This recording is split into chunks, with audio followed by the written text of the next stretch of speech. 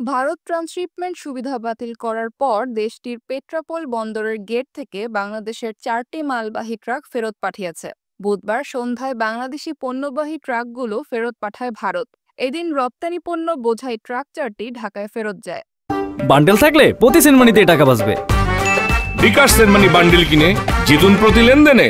ভারতের পেট্রাপোল বন্দরের C&F agent staff welfare অ্যাসোসিয়েশনের সাধারণ সম্পাদক কার্তিক চক্রবর্তী বলেন, স্থলবন্দর দিয়ে ট্রানজিট সুবিধা বন্ধের জন্য ভারতের অর্থ মন্ত্রণালয় একটি চিঠি ইস্যু করেছে কাস্টমস কর্তৃপক্ষকে। ফলে ট্রানজিট সুবিধার পণ্য বেনাপোল বন্দর থেকে পেট্রাপোল বন্দরে প্রবেশ বন্ধ থাকতে দেখা গেছে। বেনাপোল C&F এজেন্ট স্টাফ অ্যাসোসিয়েশনের সাধারণ সম্পাদক সাজিদুর রহমান বলেন, ভারত সরকার ট্রান্সশিপমেন্ট সুবিধা বাতিল করেছে।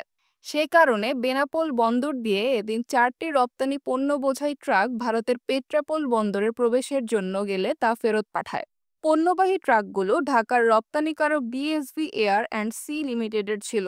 বেনাপোল স্থলবন্দরের উপপরিচালক মামুন কবির তরফদার বলেন, ট্রান্সশিপমেন্ট সুবিধা বাতিল করায় পেট্রাপোল কাস্টমস তৃতীয় দেশের কোনো পণ্য কার্পাস ইস্যু করেনি।